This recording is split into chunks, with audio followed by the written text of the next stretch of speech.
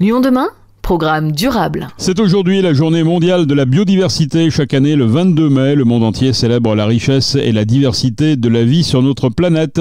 Et cette journée est l'occasion de rappeler l'importance cruciale de la biodiversité pour le bien-être humain et la santé de notre environnement. Longtemps perçue comme une préoccupation environnementale lointaine, la biodiversité s'impose aujourd'hui comme un enjeu majeur pour les entreprises. Les entreprises ne peuvent plus ignorer la biodiversité, l'intégrer dans leurs stratégies et leurs opérations n'est pas seulement une contrainte, c'est un levier de performance et de compétitivité.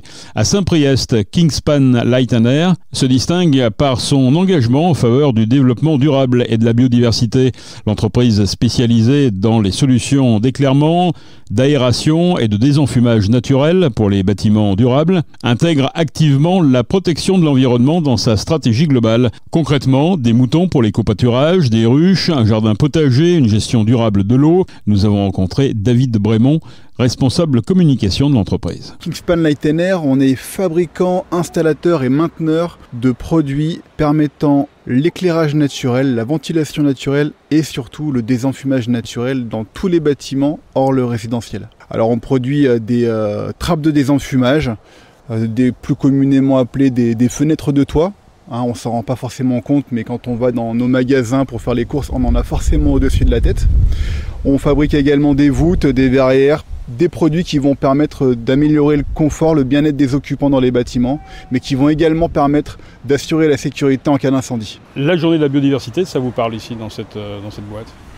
La journée de la biodiversité chez nous, c'est un peu toute l'année. On est avec une infrastructure qui nous permet d'accueillir tout au long de l'année pas moins de 120 000 abeilles. On a 10 moutons, actuellement on a 6 agneaux, on a une dizaine de poules et de moutons, donc, dont on prend soin au quotidien. Et c'est quelque chose qui nous tient à cœur. On a lancé le projet des moutons notamment en 2021. On est accompagné par notre partenaire Naturama. Mais c'est quelque chose qui est pour les collaborateurs quelque chose de très important. Pourquoi cet intérêt justement pour la biodiversité ? Concrètement, alors, pour les collaborateurs, ça apporte quoi ? Alors pour les collaborateurs, déjà ça permet de les sensibiliser. On a déjà des collaborateurs qui sont sensibles avant d'arriver chez nous aux enjeux de la biodiversité.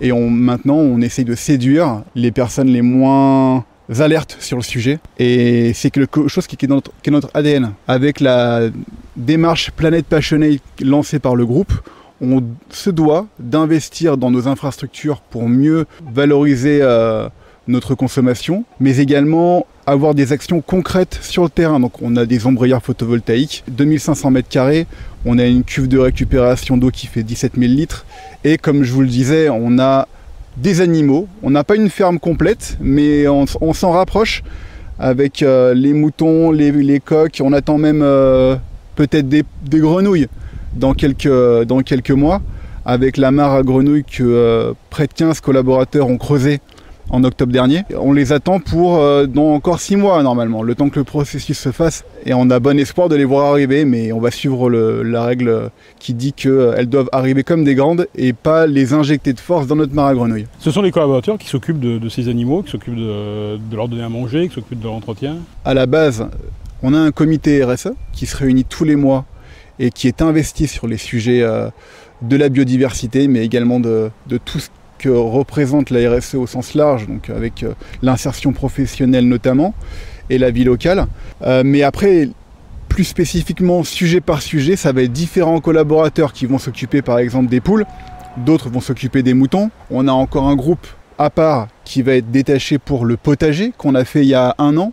C'est un groupe de 10 volontaires qui prennent sur leur temps de midi et 2 pour s'occuper du potager et qui récoltent et qui sèment en même temps, au gré des saisons. Et ensuite, la mare à grenouilles, ça a été une quinzaine de volontaires sur leur temps de travail qui sont venus au mois d'octobre dernier creuser le trou par roulement de 5 personnes toutes les heures. Et aujourd'hui, on a une jolie petite mare qui est en train de naître. Est-ce que vous arrivez à mesurer l'impact de tout ce que vous faites dans cette zone qui est assez hostile à la nature, hein, c'est plutôt une zone de logistique ici? Oui, la zone elle est clairement industrielle. On est l'extraterrestre, j'allais dire, dans cet environnement, mais c'est le minimum qu'on puisse faire. On a un foncier qui est important. On a alloué à nos moutons 1,5 hectare dans Saint-Priest, 1,5 hectare à nos moutons. Donc c'est quelque chose qui est aux yeux de nos voisins dans la zone qui n'est pas anodin. Quand ils passent tous les jours, matin et soir, devant nos bâtiments, ils savent qu'on fabrique des lanternes de désenfumage, mais on est aussi aujourd'hui l'entreprise qui accueille des moutons et des poules. Et l'idée, c'est aussi d'être en quelque sorte inspirant pour les entreprises qui sont autour ici. C'est un petit peu ce qu'on souhaite être, inspirant déjà pour nos voisins, avec qui on entretient d'excellentes relations.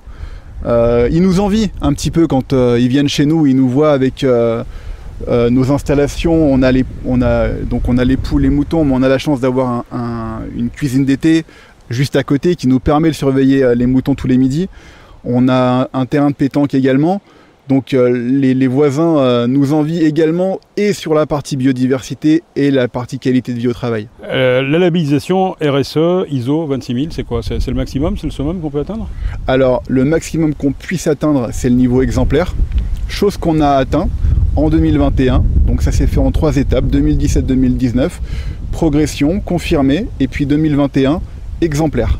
Aujourd'hui, on est exemplaire, on a été renouvelé exemplaire au mois de janvier 2025.